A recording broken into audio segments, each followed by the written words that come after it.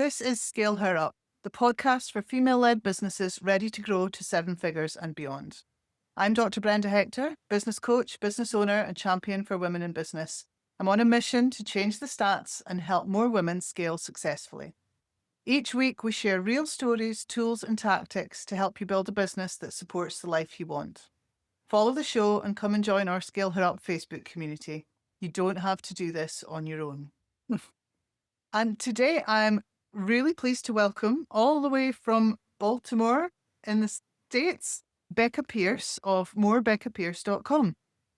Becca, thank you very much for joining me. Thank you so much for having me. I really appreciate it. Let's just start, give a bit of an introduction to yourself to the listeners. Who is Becca Pearce before we find out a bit more Becca Pearce?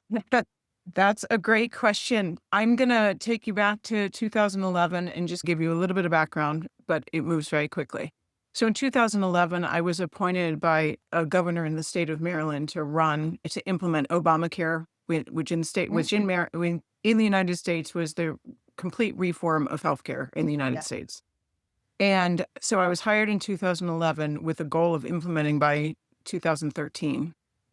And it was a massive change in all of the IT systems. It was a massive change in everything. I started with me and ended up with an organization of 100 people by the time we launched.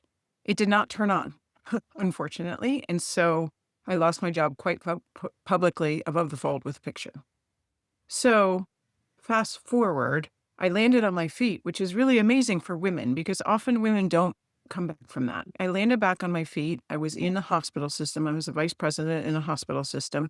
And 14 months after I lost my job, the joke with my 7-year-old daughter was, you can't talk into mommy's bad ear. You have to talk into mommy's good ear. And I went in for a hearing exam and walked out finding out I had a brain tumor the size of a golf ball, needed surgery imminently. So the good news, it was benign and operable, which is the best thing you can hear after you hear brain tumor. And it was still a really big deal. When I came off that table, it was as if I had a stroke. My entire left side was weak. I had to learn to walk again. My left side of my face was paralyzed for an entire year. I'm mostly blind in my left eye. I'm deaf in my left ear, and I have significant ongoing balance issues because they cut out my vestibular nerve.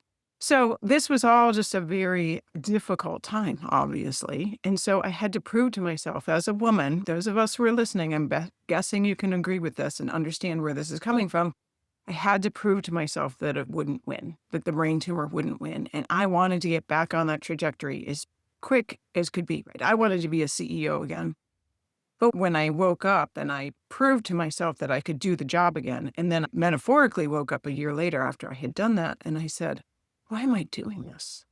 All I want to do is put my daughter on the bus one more day. Like, I understand that this doesn't matter anymore. Title doesn't matter. Money doesn't matter. Like, the only thing that matters is time.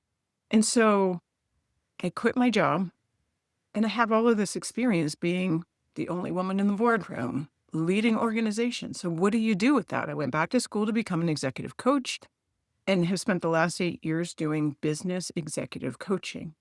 What I found in the process of that in the last 3 to 5 years is that my passion is coaching women business owners or successful women who have taken care of their kids, taken care of the business, done everything that they're supposed to do, and are slowly waking up and saying, I'm not sure this is me.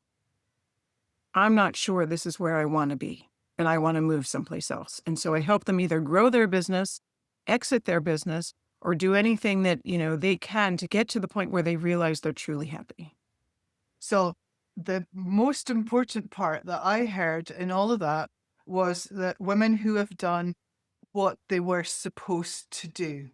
Yeah. Who told them what they were supposed to do? Society. Yeah, I think that's the thing. So I just launched a book called You Don't Have to Achieve to Be Loved. And the subtitle is Escape the Lies You've Been Sold to Design the Life You Want.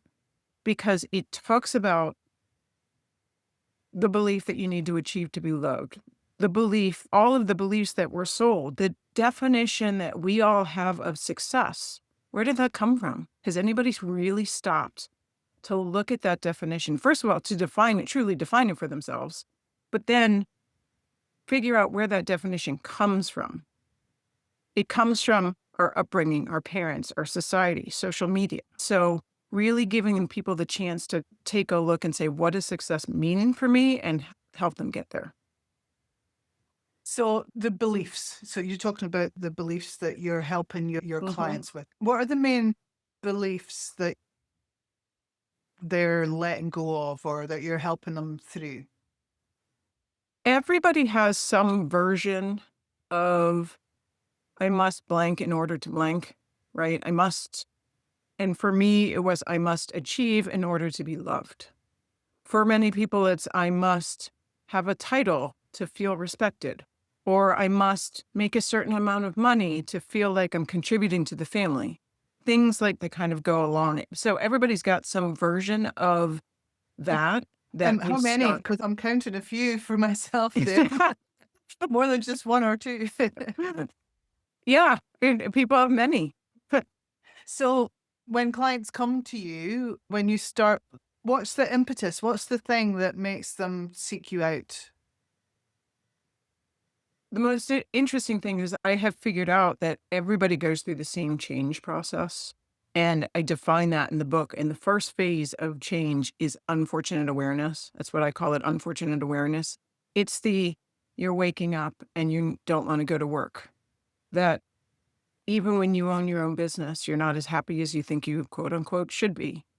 That the business is running you instead of you running the business. Like things are just beginning to show up and it's not as fun. It's not as, you're just unhappy. And so there's something wrong. You may not know exactly what it is. You may not have your finger on it, but there's some reason that whatever was working for you 2 or 3 years ago is no longer working. I'm not enjoying this life like I'm supposed to. Yep. Yeah. Yeah. And for those of you who are listening, we're air quoting. Oh, yeah. Where we say supposed to. Oh, no. Yeah. Oh, I'm getting quite involved in this conversation here. How do you help them let go of that then? Or get over that? Or It's a process, because one of the things that you need to look at in that phase is, who am I? You need to be willing to look at yourself and the expectations that you have on yourself that you may inadvertently. By the way, anytime you and I know, anytime you should yourself, you have an expectation on yourself that I'm guaranteeing other people don't have on you, right? That I should be happy. That's an external somebody. You think that from the outside, your life looks great. From the outside, I should be happy. But from the inside, that's not necessarily the case. And so looking at yourself and really understanding what are the expectations you have on yourself? What are your core values? Are those core values still the same as they used to be?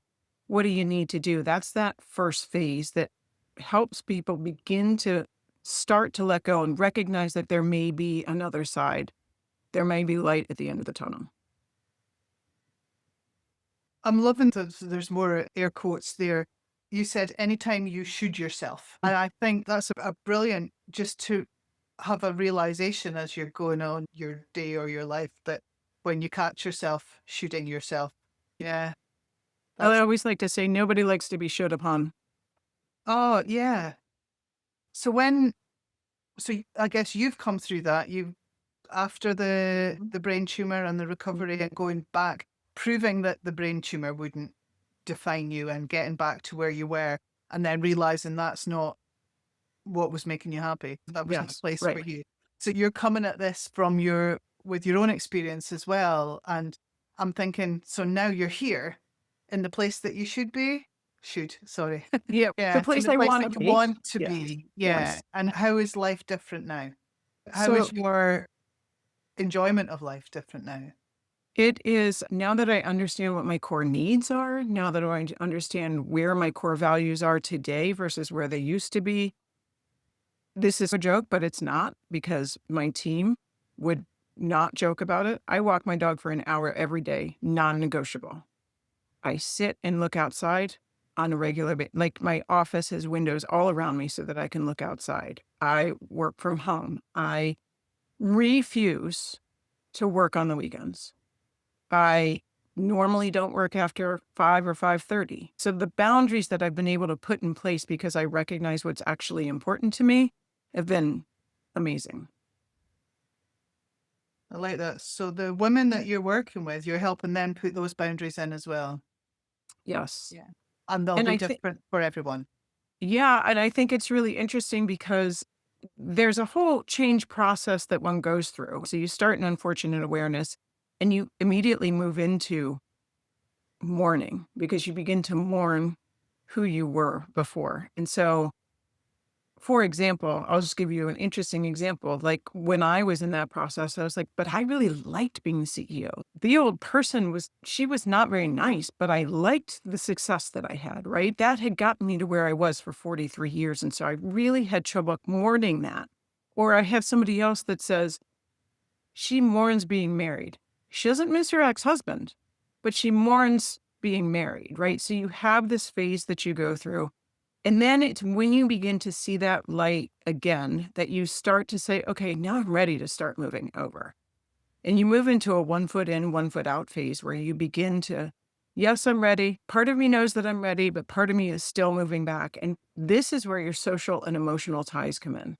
This is where, what is my family going to say? Who are my friends going to be if I quit this job or change my life? What's going to happen to me? And so it's that phase that I've watched people, and that's where I help people the most. Really, that's the hardest part for people because it is that connection to the rest of the world. And we all, as humans, have a need for connection.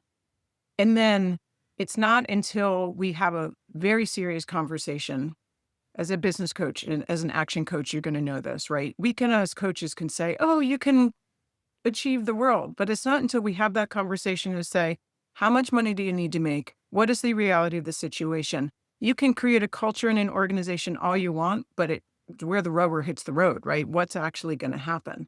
We have a very real conversation about that. And that's when people can truly move on to that next phase. So it's not a fast process, I will tell you. Significant change takes several years. The book itself lays out all of those phases and is a really amazing starting point for people. It's got journal entries in there. And so if somebody wanted to just dip their toe into it, they could go through that. So you've got prompts for journaling Yes. to get people thinking about it and writing down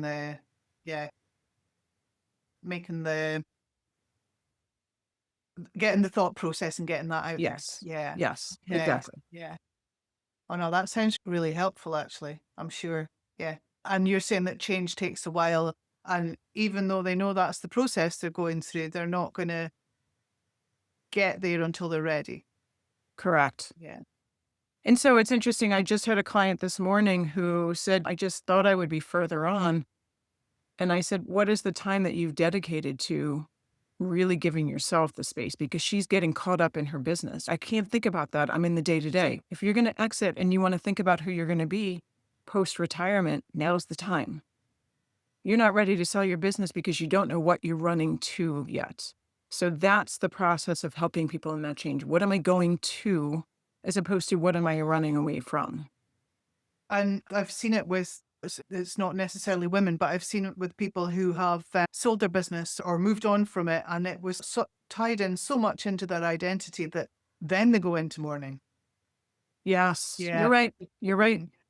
Yeah. Sounds like obviously you've done a lot of self-reflection. You've learned a lot about yourself over that you've described in your introduction there. But in terms of going from a high-profile corporate role to your own having your own business now as a much smaller enterprise, what have you learned about yourself there? That is a great question. I have learned, and I learned it pretty early on, which is interesting. So here's what I learned. The relationship you have with yourself as a business owner is completely different than the relationship you had with yourself when you were in some other structure. So for example, when I opened my own business, I was in strategy, a lot of strategy and a lot of leadership when I was in corporate America. It took me 3 months to create my strategy for my business. I would have fired myself 5 times.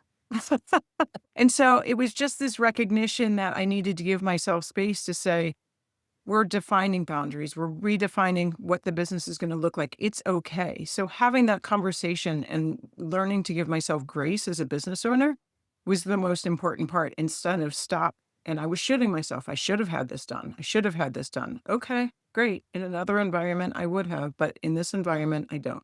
Is there a level of perfectionism that comes in when you're doing it for yourself rather than doing it for a different organization? You got to get it right because it's yours. Yes, for And then sure. that takes longer. For Yeah. sure. Yeah. So if you'd been creating that for me, you wouldn't have taken that long. You also would have given me a due date. Okay. Yeah. Yeah. And yeah. And it can take longer because you're only answerable to yourself. Correct. And Yes. that can be a challenge. Yes. Yeah. So how have you, you've learned that. Are you overcoming that? Do you set yourself due dates now? What I do is actually say to myself, how much time should this take? Like I give myself a time frame to say, I don't, because the other thing that tended to happen was that I got an analysis paralysis. I Mm. would look at all of my data and I'd be like, how much am I growing? How much this? How much that? And it didn't impact any of the decisions I was making. Or I would project out and then I would look back at, when I'd look at my stuff every quarter and I would look back and I'd be like, that projection didn't come to fruition. Why? I would figure out what got in the way. But so I've set for myself that I can only spend a certain amount of time each quarter on it as opposed to letting it just expand and Mm. get stuck there. Yeah. So boundaries again. Exactly. Yeah. Boundaries within the business. Yeah. Exactly. Yeah. Yeah, Okay. Do you have a team? Who's there to support you now? I Coming from do. a big No, organization, that can be a big shift that you have to make. So who's there around you now? I have an assistant and she's also my operations director and so she serves as three different roles. She's my assistant, so she's my operations and admin, but she really is also the one who's helping me look at my operations and helping me clean up my operations. And then also, at least until now, she's been writing my social media, but I just hired a social media person as well. And the thing that came up for me right away, and I actually invested in my assistant immediately because my joke with business owners is you either have an admin or you are an admin. So I knew that was something that I felt I needed to invest in to allow myself that space to actually go out and grow my business to where I wanted it to be. So is that your tip to somebody else who's doing what you did to find the person with the skills that you want to add quite early on? For sure. That is usually because I also have 4 or 5 coaches working for me as well on the business side. But until you get those fundamentals, until you get your admin, until you get your operations in place, you can't build your bench strength. You can, but it's very haphazard, and that's where you get stuck in the weeds. So I always ask a person, at what point are you going to decide it's okay to bring on an assistant for you?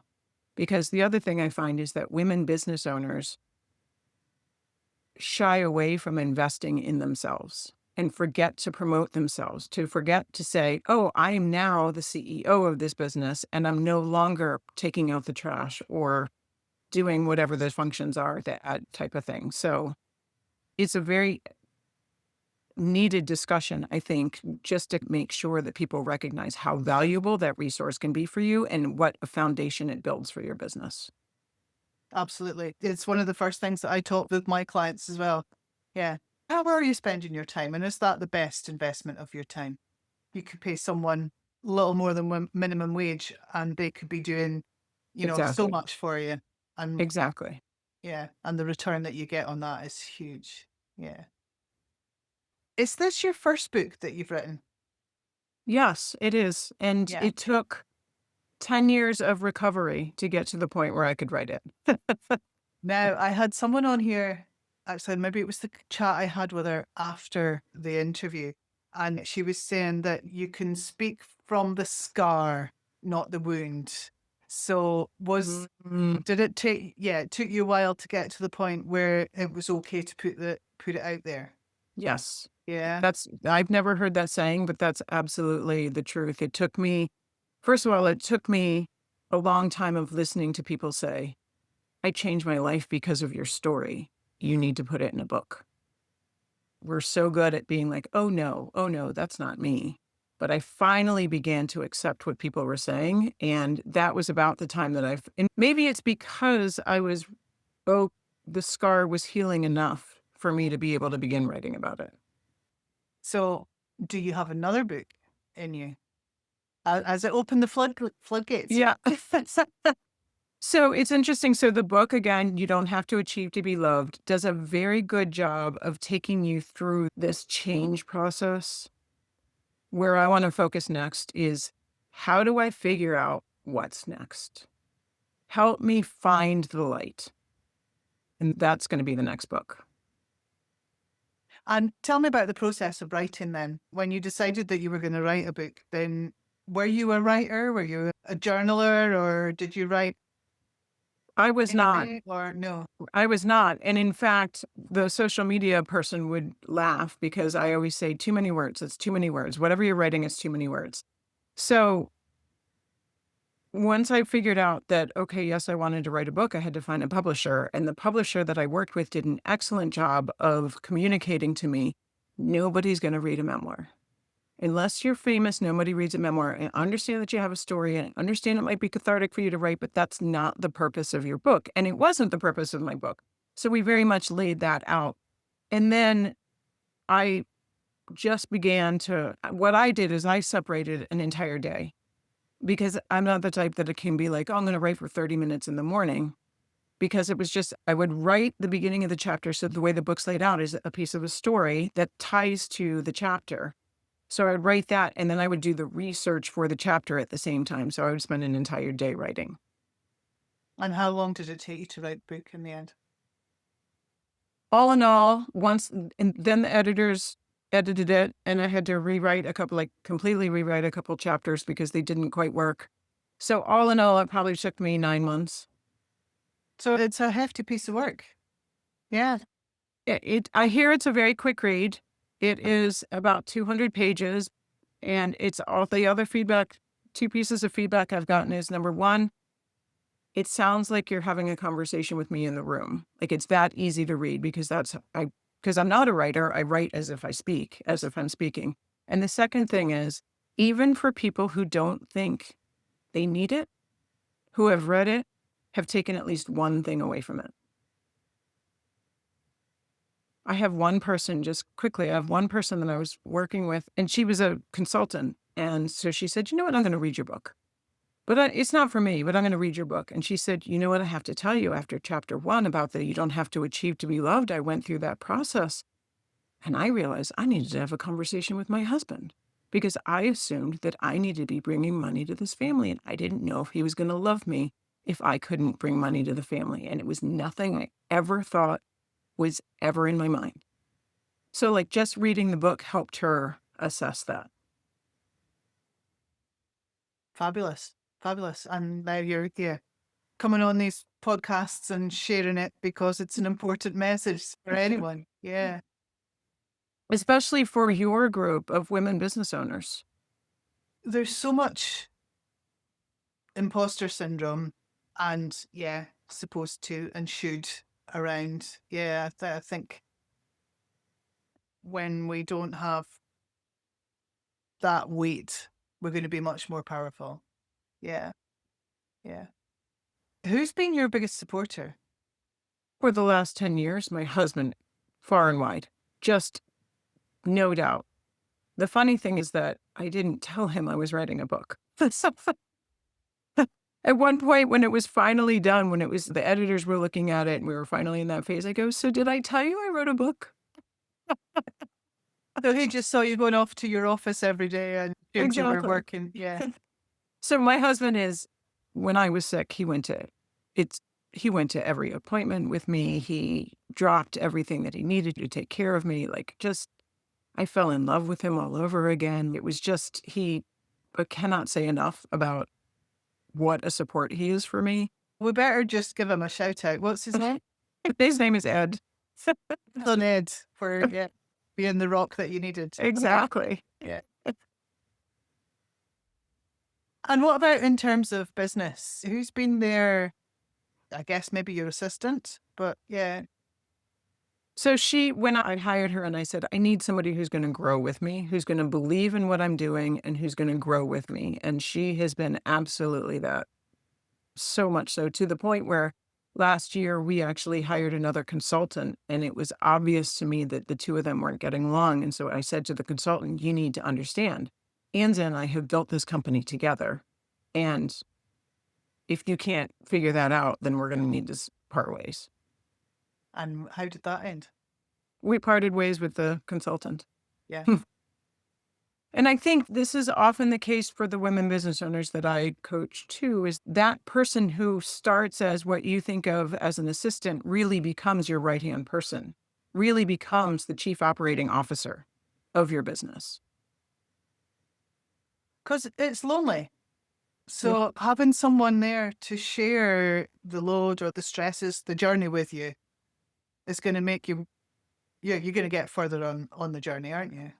For sure. I think that at least 15 minutes of every meeting is checking in with each other. Just that connection and being able to share with her things that I can't share with other people. I can't share with my clients for sure. So it's very helpful. If you could go back and meet your 18-year-old self, what would you say to that, Becca? What are you striving for? You don't have to achieve to be loved. People love you just because. If I could have heard that when I was 18, my entire trajectory could have changed. I've just had a bit of an emotional moment there as my daughters, my son as well, actually, 17 and 21. Yeah, then maybe that's a very good message for anyone, not just for female business owners who are Right. fighting and having the hard battle all the time, but yeah, for anyone at any age. Yeah. Yeah. Thank you. You're welcome. Is there anything, Becca, that I should have asked that I haven't asked? Anything that you would like to add to the conversation today? No, I have loved this conversation. I love your podcast. I love the conversations you have with people. It's been lovely to be here. Thank you. Oh, I have loved having you here. It's been, yeah, you're a very inspiring story. Thank you very much for sharing it. Yeah, it's been an Thank you. absolute pleasure. Thank you for being my last meeting of 2025. It'll be January before anybody's listening to this, but yeah, it's been a lovely end to the year. Thank you. Right. Thank you. I appreciate it. And then I need to find my outro. Here we go. Thank you for listening to Scale Her Up. If you enjoyed this episode, follow the show and leave a review. It helps more female business owners to find us. Come and join our Scale Her Up Facebook community to get support, accountability, and connection with other women who get it. And remember, only 1 in 3 UK entrepreneurs are female, and men are still 5 times more likely to scale their business beyond £1 million in turnover than women. When we start and scale our businesses to the same extent as men, we'll add £250 billion to the UK economy and create millions of jobs. Ladies, you can do it, and your business can make a massive difference.